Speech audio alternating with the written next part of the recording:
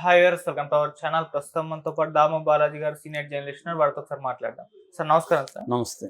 Sir, Jabardasth fame Ritu Chowdary అనే అమ్మాయి and వాళ్ళ హస్బెండ్ ఇద్దరు కూడా 700 కోట్ల భారీ భూ స్కామ్ లో ఇరుక్కపోయారు అని చెప్పేసి వార్తలు వినిపిస్తున్నాయి. ఇందులో జగన్మోహన్ రెడ్డి గారి వైఫ్ భారతి గారు కూడా ఇన్వాల్వ్మెంట్ ఉందని కూడా ప్రచారం అయితే జరుగుతుంది సార్. మరి ఏంటి స్కామ్, వీళ్ళు ఎందుకు ఇన్వాల్వ్ అయ్యారు, మరి ఇది ఏం జరిగింది, మీరేం చెప్తారు సార్ దీని గురించి?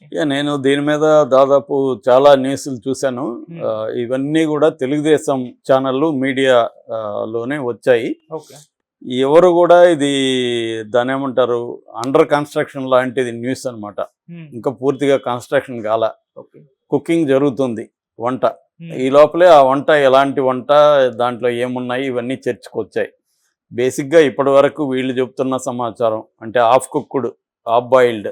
ఇప్పటి వరకు వీళ్ళు చెప్తున్నది ఏంటంటే రీతూ చౌదరి అనే అమ్మాయి 700 కోట్ల ల్యాండ్ స్కామ్లో ఇరుక్కునింది అనేది టైటిల్ వార్త. ఈ రీతూ చౌదరి ఎవరు చాలామందికి తెలుసు. రీతూ చౌదరి తెలుగు సినిమాలు, తెలుగు సోషల్ మీడియాలో యాక్టివ్ ఉండే వాళ్ళకి అందరికీ ఈ అమ్మాయి తెలుసు. జబర్దస్త్ చూసే వాళ్ళకి తెలుసు. రీతూ చౌదరి అనే అమ్మాయి యాక్చువల్గా వనం దివ్య అమ్మాయి అసలు పేరు. రీతూ చౌదరి అని పాపులరు. సో ఆ అమ్మాయి గతంలో గోరింటాకు, తర్వాత అమ్మ కోసం, ఇంటి గుట్టు ఇలాంటి సీరియల్స్లో నటించింది. దాని తర్వాత అనేక షార్ట్ ఫిల్మ్స్ చేసింది. సోషల్ మీడియాలో వెరీ యాక్టివ్. రీల్స్ విపరీతంగా ఎక్స్పోజింగ్ చేస్తూ రీల్స్ చేస్తుంటుంది. అమ్మాయి జబర్దస్త్లో ఆది టీం ఉన్నాడుగా, హైపర్ ఆది టీంలో పాపులరు. బోల్డ్గా ఉంటుంది అమ్మాయి, మాటలు కానీ బోల్డ్గా ఉంటుంది. అమ్మాయి కొన్ని యాంకర్గా ఇంటర్వ్యూలు కూడా చేసింది. సో అవన్నీ కూడా వైరల్ బాగానే అయినాయి ఇన్స్టాగ్రామ్లో కూడా. ఆ అమ్మాయి శ్రీదేవి డ్రామా కంపెనీ ఇలాంటి దాంట్లో కూడా పాపులర్ అయింది. సో ఆ అమ్మాయి ఒక చేమకుర్తి శ్రీకాంత్, వాడెవడో మాత్రం వీళ్ళెవరూ రాయలే.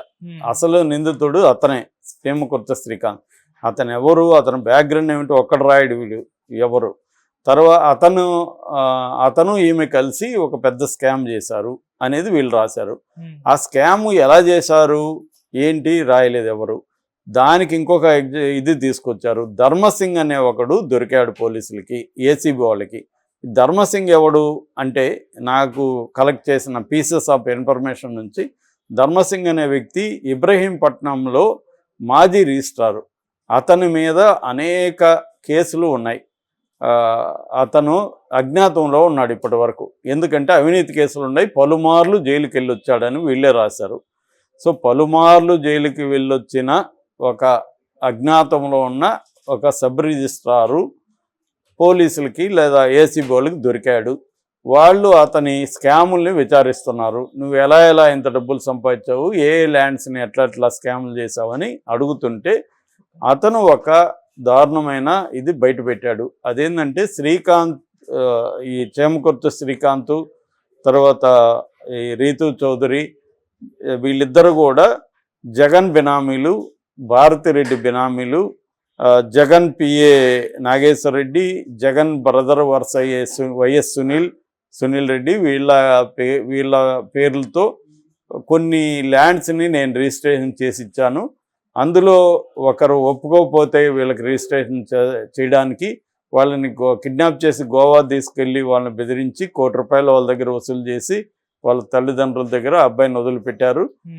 సో వీళ్ళందరూ కలిసి ఈ బినామీ పేరుతో, శ్రీకాంత్ పేరుతో, రీతూ చౌదరి పేరుతో 700 ఎకరాలు నేనే రిజిస్ట్రేషన్ చేశాను. అది కూడా ఎనీవేర్ రిజిస్ట్రేషన్ కింద. మామూలుగా ఇబ్రహీంపట్నం అంటే ఆ పరిధిలోనే చేయాలి కదా, కానీ అట్లా కాదంట. ఇది వచ్చి విశాఖపట్నం, రాజమండ్రి, కడియం, కాకినాడ, ఇబ్రహీంపట్నం, విజయవాడ ఈ ఏరియాల్లో ఉండే అనేక ల్యాండ్స్ నేను వీళ్ళకి చేశాను. టోటల్ వర్త్ 700 కోట్లు అని అతను చెప్పినట్టుగా వీళ్ళు చెప్తున్నారు. అతను లేఖ రాశాడు, చంద్రబాబుకనేమో ఒకరు రాశాడు, ఇదే తెలుగుదేశం మీడియా వాళ్ళు. ఇంకొకరేమో అతను ఏసీబీ నాయకులకు చెప్పినట్టుగా వచ్చిందని. చంద్రబాబుకి లేఖ రాసి ఉంటే ఆ లేఖ బయట రావాలి, అది లేఖ రాలేదు. తర్వాత వీళ్ళు ఈ ఆస్తులు ఎవరివి, రిజిస్ట్రేషన్ చేసిన ఆస్తులు ప్రైవేటు వ్యక్తులవా, ప్రభుత్వానివా అనేది ఏమీ రాయలేదు. సో ఏదో ఒక, అంటే అదేదంటారు కదా, తోక దొరికిందంటే పులి ఉందన్నట్టుగా తోకను పట్టుకొని అసలు తోక ఉందా లేదా కూడా తెలియదు ఈ న్యూస్లో. ఇదేంటంటే రీతూ చౌదరి అనే అమ్మాయి రావడం వల్ల మీడియా అటెన్షన్ వచ్చింది. ఇది ఫైనల్గా రీతు చౌదరికి మాత్రం హెల్ప్ అయ్యేట్టుగా ఉంది. అమ్మాయి ఎవరికి తెలియదు.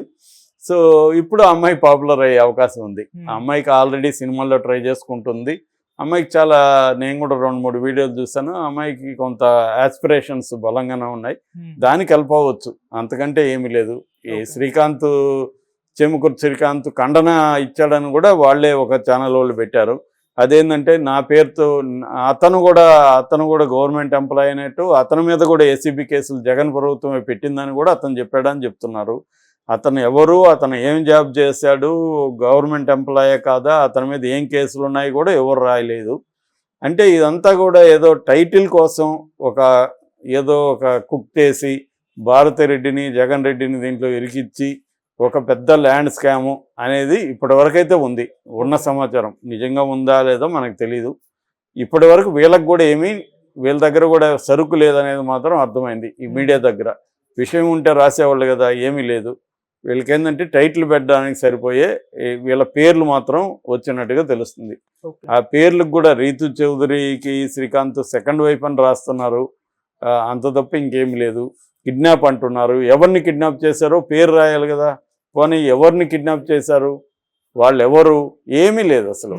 తలా తోక ఏమీ లేని ఒక న్యూస్ ఐటమ్గా మనం దీన్ని చెప్పుకోవచ్చు తప్ప దీంట్లో అయితే నాకు ఇప్పటి వరకు నేను చేసిన పరిశోధనలో ఏమీ లేదు.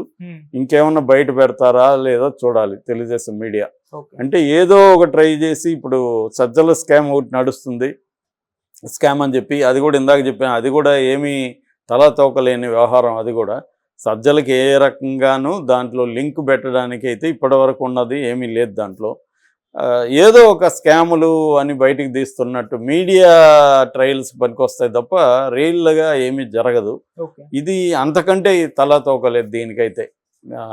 చెముకుర్తి శ్రీకాంత్, ఆయన సెకండ్ వైఫ్ రీతు చౌదరి అనేది మాత్రమే వస్తుంది తప్ప ఇంకేమీ లేదు దీంట్లో. వాళ్ళు ఆ 700 కోట్లు అంటే మామూలు విషయం కాదు కదా.